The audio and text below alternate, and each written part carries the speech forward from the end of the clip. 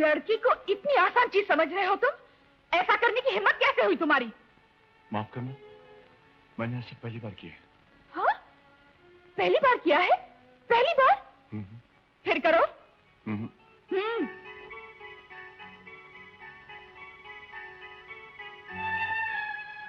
अब कसम खा के बोलो, आज के बाद किसी और का हाथ नहीं छूओगे। तुम्हारी कसम किसी और का हाथ नहीं छूऊंगा।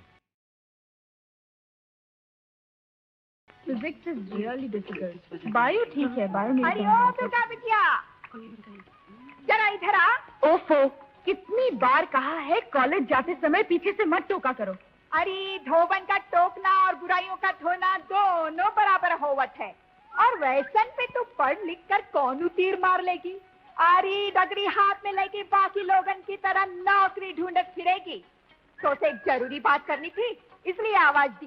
बोल, सुनत है या हम जा? अच्छा जल्दी करो, बताओ क्या बात है।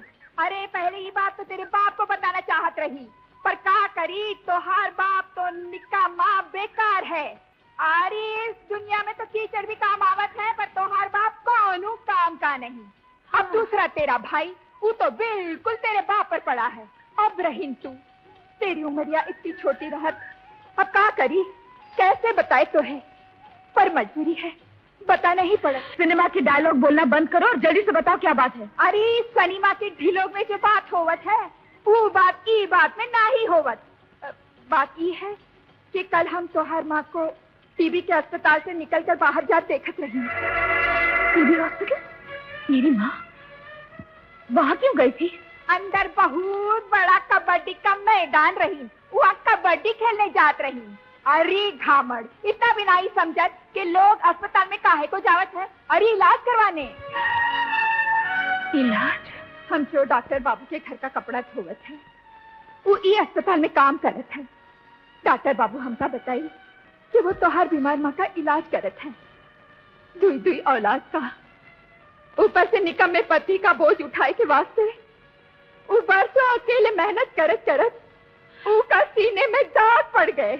अगर तुम लोगन के वास्ते रोटी कमाए कमाए के ऊका ये हाल रहा, तो एक दिन तुम लोगन तो बच जाओगे, लेकिन वो बेचारी मर जाएगी। हम काका आगे तो हार मर्जी, जो जी में आए वो करो। चल धनिया, हम घर चले, चल।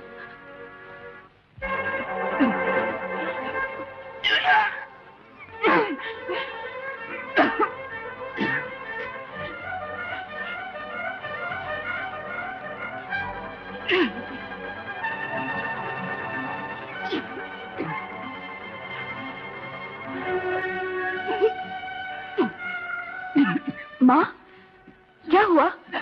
ऐसे क्यों खांस रही हो? कुछ नहीं, 2 दिन से सर्दी और खांसी हो गई, ठीक हो जाएंगे।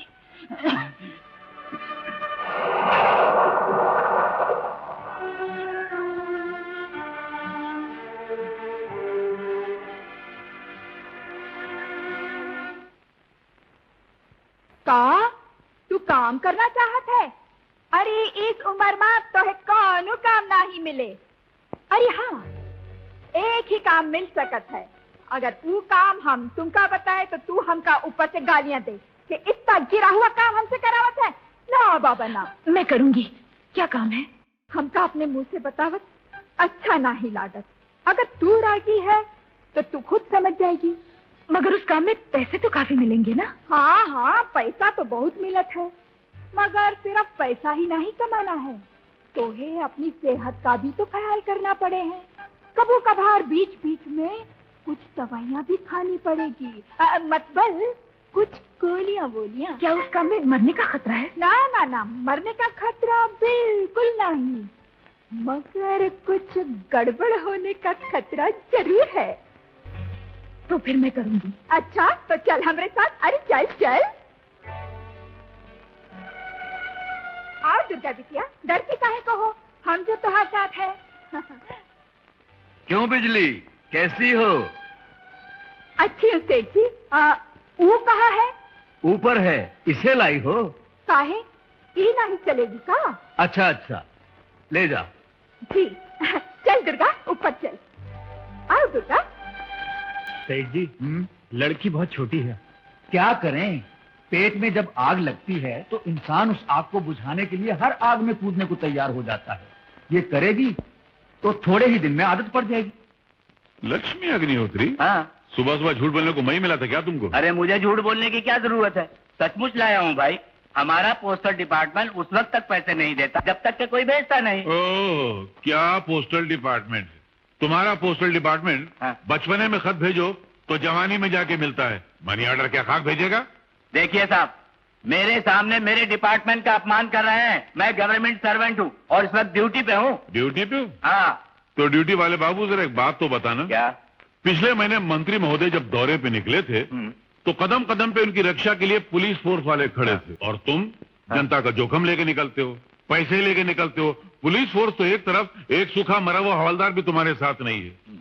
मंत्री महोदय तो बैल की तरह मुस्टंडे हैं और तुम सूखे मुरझाए हुए खजूर के पत्ते की तरह हो। क्या ये सरकार की बेईमानी नहीं है? अरे कहा कि ये मुसीबत गले पड़ गई है। आप कृपा करके इतना बता दीजिए कि लक्ष्मी जी घर पे हैं कि नहीं। इस बात के भी कई पहलू हैं। मान लो कि मैं ये कहूं कि लक्ष्मी जी घर पे नहीं बल्कि घर खाली करके चली गई है, तो तुम क्या करोगे? तो जिसने पैसे भेजे हैं उसको वापस कर देंगे। वापस कर देगी? हाँ। और उस आदमी ने मनी ऑर्डर भेजते वक्त जो कमीशन भरा था पोस्ट ऑफिस में, उन पैसों का क्या होगा? जाहिर बात है वो कमीशन पोस्टल डिपार्टमेंट रख लेगा, वापस थोड़ा ही करेगा। वापस नहीं करेगी? नहीं। ये तो फांदेबाजी।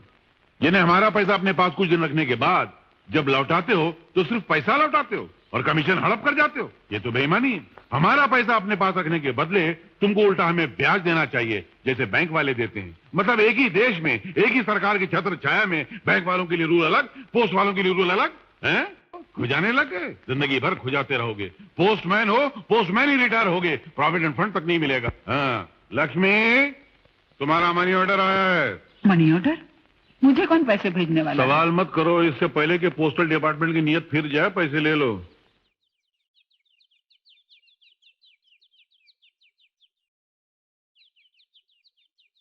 पोस्टमैन जी। पैसे दे दिए? हाँ जी दे दिए। अब एक बात बताओ, क्या? इसका क्या प्रूफ है कि यही लक्ष्मी अग्निहोत्री है? हैं? मान लो अगर मैं ये कहूं कि तुमने सही औरत को पैसे नहीं दिए, हैं? ये लक्ष्मी अग्निहोत्री नहीं पार्वती अग्निहोत्री है, तो? तुम जाओ भाई, इन्हें तो बोलने की आदत है। मैं ही लक्ष्मी हूँ।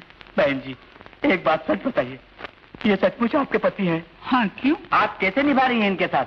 आपकी बर्दाश्त की दाद देनी चाहिए। बहन जी अगर मैं इनकी पत्नी होता ना तो पहले दिन ही खुदकुशी कर लेता। अरे तुम क्या खुदकुशी कर लेते?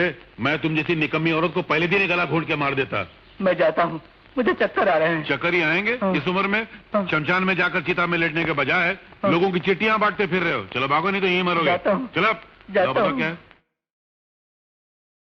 कमला टीवी हॉस्पिटल रोड।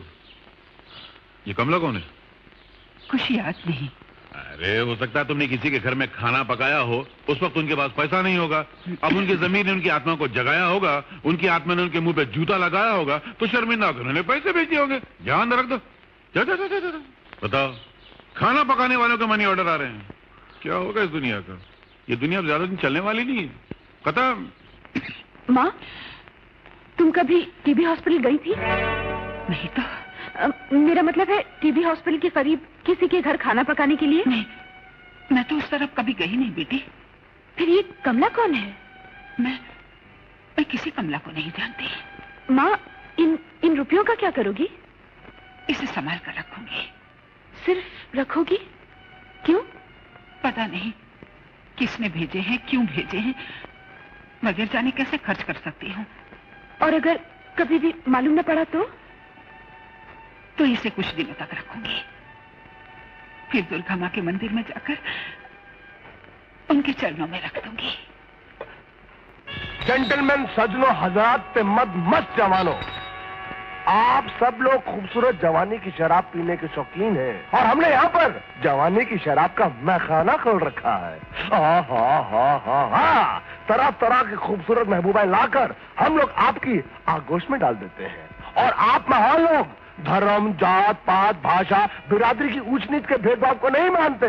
इसलिए हमने सारा हिंदुस्तान यहाँ पर इकट्ठा कर रखा है। 16 और 20 साल के दरमियान हुस्न की बारात।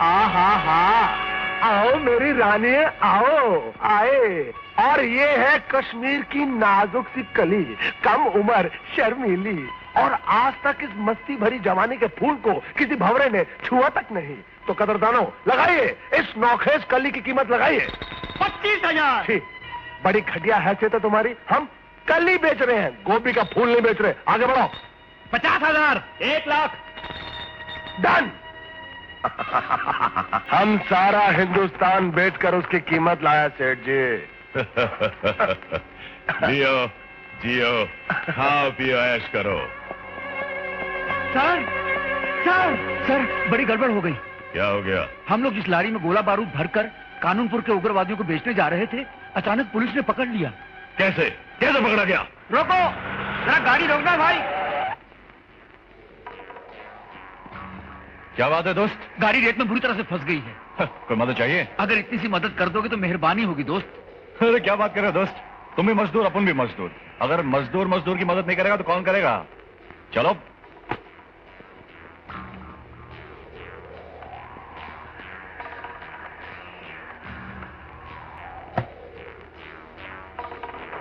ये अर्जेंट माल है, पहुंचाना बहुत जरूरी है, वरना मेरी नौकरी चली जाएगी यार।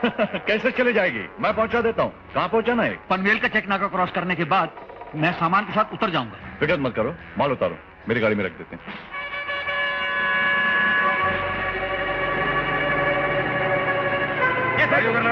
चलो। क्या बात है साहब? हमें तुम्हारी लारी की तलाशी लेनी है। तलाशी? हाँ, हमें खबर मिली है कि तुम्हारी लारी के अंदर गैर कानूनी माल रखा हुआ है। अरे नहीं नहीं साहब, किसी ने आपको गलत खबर दी है। अभी पता चल जाएगा। नीचे आओ। नीचे उतरो। कमन। चलो। अरे साहब, इस सामान के साथ एक आदमी भी बैठा था साहब। हवलदार, माल की तलाशी लो।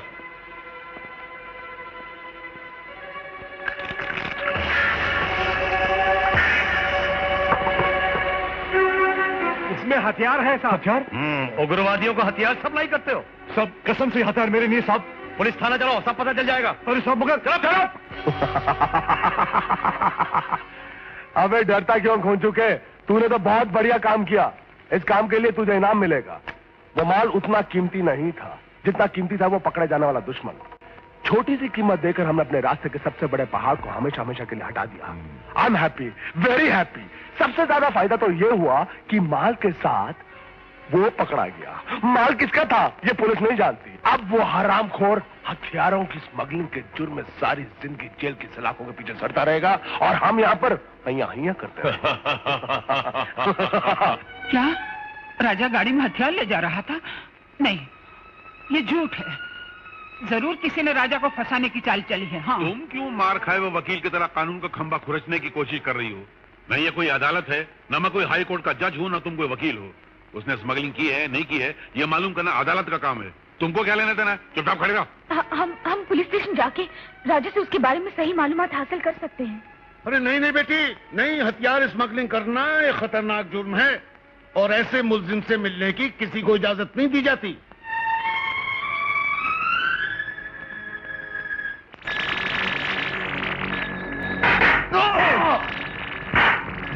बोल राजा, बोल बोल। बंद करो, लाइट्स ऑन। बहुत सख्त जान मुजरिम है राजा। तुम्हारी जगह कोई और मुजरिम होता तब तक का अपना जुर्म मुगल देता। मैं सख्त जान मुजरिम नहीं हूं इंस्पेक्टर। मेरे जान में सख्ती ही मेरी सच्चाई का सबूत है। राजा, मैं तुमसे आखिरी बार पूछ रहा हूं, बताओ हथियार किसके थे? बोलो। और मैं भी आखिरी बार जवाब दे रहा हूं, मुझे कुछ नहीं मालूम, कुछ नहीं मालूम। तुम झूठ बोलते हो। तुम नाजायज हथियार सप्लाई करने का धंधा करते हो। नहीं, तुम अपने देश के दुश्मनों के हाथ मजबूत करते हो। नहीं नहीं, अपने देश, अपनी मातृभूमि के साथ नहीं, मैं अपने देश के लिए जान दे सकता हूं, लेकिन देश के साथ गद्दारी कभी नहीं कर सकता। जान तो तुम दोगे राजा। कानून तुम्हें तुम्हारे जुर्म के बदले फांसी पर चढ़ा देगा। तुम्हें सजा होगी।